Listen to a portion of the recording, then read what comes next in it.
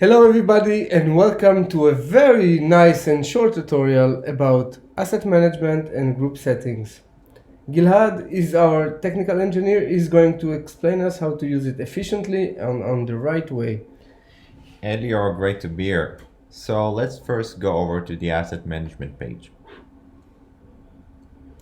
Here we can find all the assets that we have in our organization. So you can find information such as the name of the assets, the operating systems they run, the applications installed on the assets, their status, as well as their risk level.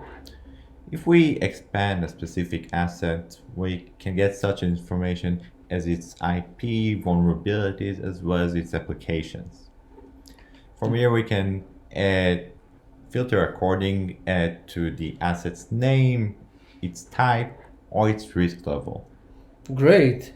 Alright, so after managing to watch our assets and filtering them, let's start to create some groups out of them. Yeah, sure. So we can use the filters we have right here and the ones that we walked through. So we can choose, as a matter of fact, one of these filters and apply these. Once we apply the filter, you can see here that there's a new option that pops up, create as a new group. This means that we can just take the existing filter and use it for the new group creation. So you can just click this button and then you'd be referred to the group creation. You can find a group of servers. So in this case, it's very simple. Just create a group based on that filter and then apply the changes. In the case that you'd like to create groups that are a bit more advanced, that are based on such dynamic properties as the risk level of the assets or the status of the assets, you can do it just as well. So you can find the filters right here, apply them, and in this case, whenever the new assets will be tagged as high risk, then they would be added as members of this group. You mean it's dynamic? Yeah, exactly that. So the members of the group change upon this filter. Great. Also, we have static groups. Static groups consist of assets that don't change.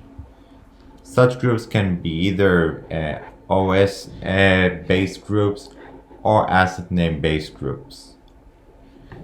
We provide you with this optionality in order to create all kinds of groups. Also, in the case that you'd like to create a group that is based on either the networking of your organization, so an existing subnet, or an existing OU in a domain environment, you can do it just as well. Sounds amazing. And how and when do I use this group that I just created? Sure. So you can use the groups throughout the platform. So starting from the dashboard, you can apply the filter in order to get a better understanding of the specific applications that are of high risk that exist in that group. So in this case, we have the group of Windows 10 machines, and we can find here all the critical applications that exist. Also, and we can use the groups in order to apply the patches to. So we can go over to the patch management page, and from here we can filter according to a specific group and find the patches that are available for computers in that group. So in this case it would be the Windows 10 group, and here we can find all the patches that are applicable for that group. Great. So I think we understand most of it. For more information, you can get to our Knowledge Center and our website. And thanks so much, Gilad, for being with us and helping us using these great tools. And hopefully we'll get in touch again. Yeah, see you soon. See you. Bye-bye.